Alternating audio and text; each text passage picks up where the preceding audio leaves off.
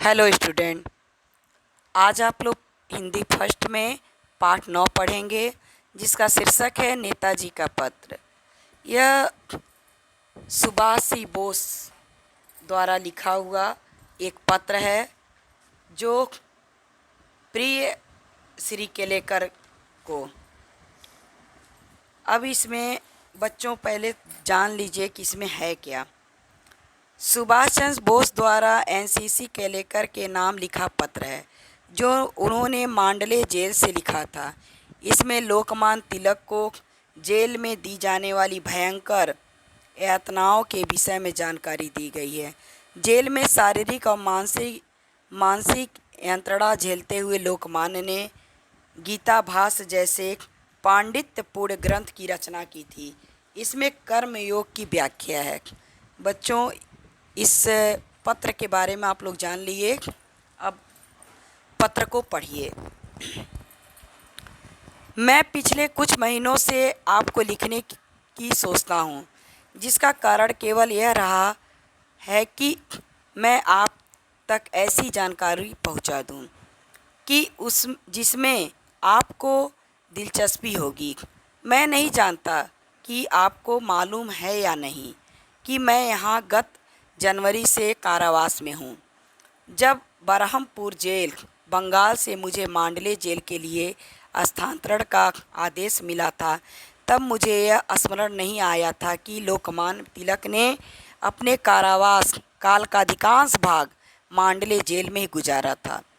जब तक मैं यहाँ सशरीर आ ही नहीं गया, चार दीवारी में यहाँ के बहुत ही हतोत्साहित कर देने वाले परिवेश में स्वर्गीय लोकमान्य ने अपने सुप्रसिद्ध गीता भाष्य ग्रंथ में का परिणयन किया था, जिसने मेरा नम्र राय में उन्हें शंकर और रामानुज जैसे प्रकांड भाष्यकारों की श्रेणी में स्थापित कर दिया है। जिस वार्ड में लोकमान्य रहते थे वह आज तक सुरक्षित है, यद्यपि इसमें फेरबदल किया गया है और बड़ा बनाया गया है। हमारे अपने वार्ड की तरह वह लकड़ी के तख्तों से बना है, जिसमें गर्मी में लू और धूप से, वर्षा में पानी से, शीत ऋतु में सर्दी से तथा सभी ऋतुओं में धूल भरी हवाओं से बचाव नहीं हो पाता। मेरे यहाँ पहुँचने के कुछ ही क्षण बाद मुझे उस वार्ड का परिचय दिया गया। मुझे यह बात अच्छी नहीं लग रही थी कि मुझे भारत से निष्कासित कर दिया गया था, लेकिन मैंने भगवान को धन्यवाद दिया कि मांडले में अपने मातृभूमि और स्वदेश से बलात् अनुपस्थित के बावजूद मुझे पवित्र स्मृतियाँ राहत और प्रेरणा देगी। ऐसे ही अन्य जेलों की तरह यह एक ऐसा तीर्थस्थल है जहाँ भारत का एक महानतम सुपुत्र लगातार 6 वर्ष तक रहा था। हम जानते हैं कि लोकमान्य ने कारावास में 6 वर्ष बिताए, लेकिन मुझे विश्वास है कि बहुत कम लोगों को यह पता होगा कि उस अवधि में उन्हें किस हद तक शारीरिक और मानसिक यंत्रणाओं से गुजरना पड़ा था। वे यहाँ एकदम अकेले रहे और उन्हें कोई बौद्धिक स्तर का साथी नहीं मिला। मुझे विश्वास है कि उन्हें किसी अन्य बंदी से मिलने जुलने नहीं दिया जाता था। उनको सांत्वना देने वाली एकमात्र वस्तु किताबें थीं और वे एक कमरे में एकदम एकांकी रहते थे। यहाँ रहते हुए उन्हें 2 या 3 भेंटों से अधिक का मौका नहीं दिया गया, और ये भेंटें भी पुलिस और जेल अधिकारियों की उपस्थिति में हुई होगी, जिससे वे कभी भी खुलकर और हार्दिकता से बात नहीं कर पाए होंगे। उन तक कोई भी अखबार नहीं पहुंचने दिया जाता था। उनकी जैसी प्रतिष्ठा और स्थिति वाले नेता को बाहरी दुनिया के घटना चक्रों से एकदम अलग कर देना एक तरह की यंत्रणा ही है, और इस यंत्रणा को जिसने भुगता है वही जान सकता है कि इसके अलावा उनके कारावास को अधिकांश अवधि से में देश का राजनीतिक जीवन मंद गति से खिसक रहा था, और इस विचार ने उन्हें कोई संतोष नहीं दिया होगा कि जिस उद्देश्य को उन्होंने अपनाया था वह उनकी अनुपस्थिति में आगे बढ़ रहा है। उनकी शारीरिक यंत्रणा के बारे में जितना ही कम कहा जाए बेहतर होगा। ये दंड संहिता के अंतर्गत बंदी थे, और इस प्रकार आज के राजबंदियों की अपेक्षा कुछ मायनों में उनकी दिनचर्या कहीं अधिक कठोर रही होगी। इसके अलावा उन्होंने मधुमेह की बीमारी थी। जब लोकमान्य यहाँ थे मांडले का मौसम तब भी प्रायः ऐसा रहा होगा जैसा वह आजकल है। और अगर आज नौजवानों को शिकायत है कि वहाँ की जलवायु स्थिर कर देने वाली और मंदाग्नि तथा गठिया को जन्म देने वाली है और धीरे धीरे पर अटूट रूप में वह व्यक्ति को जीवन शक्ति को सोख लेती है, तो लोकमान्य ने जो वह वृद्ध ने कितना कष्ट झेला होगा। लेकिन इस कारागार की चारदीवारी में उन्होंने क्या यातनाएं सही, इसके विषय में लोगों को बहुत कम जानकारी है। कितने लोगों को पता होता है कि उन अनेक छोटी छोटी बातों का जो किसी बंदी के जीवन में सुइयों की सी चुभन बन जाती है और जीवन को दुर्भर बना देती है। ये गीता की भावना में मग्न रहते थे और शायद इसीलिए दुख और यंत्रणाओं से ऊपर रहते थे। यही कारण है कि उन्होंने उनके बारे में किसी से कभी एक शब्द भी नहीं कहा।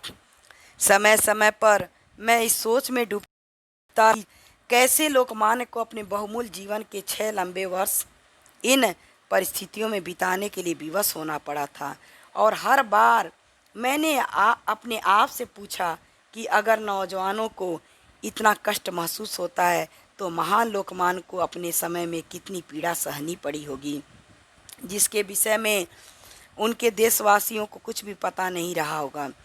यह विश्व भगवान की कीर्ति है, लेकिन जेलें मानव के कृतित्व की निशानी है। उनकी अपनी एक अलग ही दुनिया है और सभ्य समाज ने जिन विचारों संस्कारों को प्रतिबद्ध होकर स्वीकार किया है, ये जेलों में लागू नहीं होते। अपनी आत्मा के ह्रास के बिना बंदी जीवन के प्रति अपने आप को अनुकूल बना पाना आसान काम नहीं है। इसके लिए हमें पिछली आदतें छोड़नी पड़ती है और फिर भी स्वास्थ्य और स्फूर्ति बनाए रखनी होती है। सभी तरह के नियमों के आगे नत होना होता है और फिर भी आंतरिक प्रफुल्लता अछूड़ रखनी होती है। दास वृत्ति ठुकरानी होती है और फिर भी मानसिक संतुलन अडिग बनाए रखना होता है। केवल लोकमान्य जैसे दार्शनिक ही, जिसे अदम्य इच्छा शक्ति का वरदान मिला था, उस बंदी जीवन के शक्तिशाली हननकारी प्रभावों से बच सकता था, उस यंत्रणाओं दासता के बीच मानसिक संतुलन बनाए रख सकता था और गीता भाष्य जैसे विशाल एवं युग निर्माणकारी ग्रंथ का पठन कर सकता था।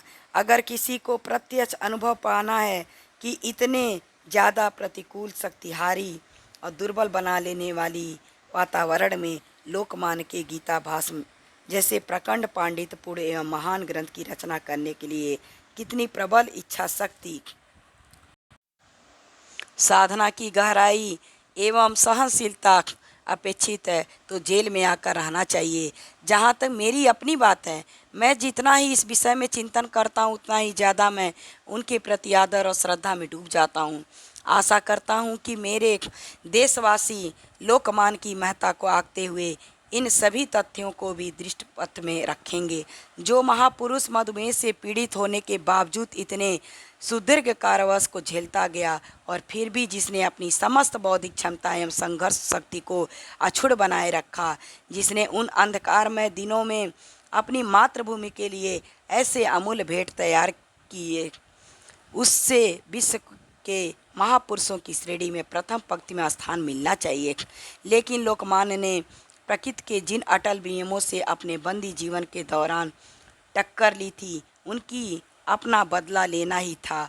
और अगर मैं कहूँ तो मेरा विश्वास है कि जैसे देशबंधु के शरीरात का क्रम अलीपुर केंद्रीय कारागार में आरंभ हो गया था, वैसे ही लोकमान्य ने जब मांडले को अंतिम संस्कार किया था तो उनके जीवन के दिन गिने चुने ही रह गए थे। निसंदेह यह एक गंभीर दुख का विषय है कि हम अपने महानतम पुरुषों की इस प्रकार खोते रहे।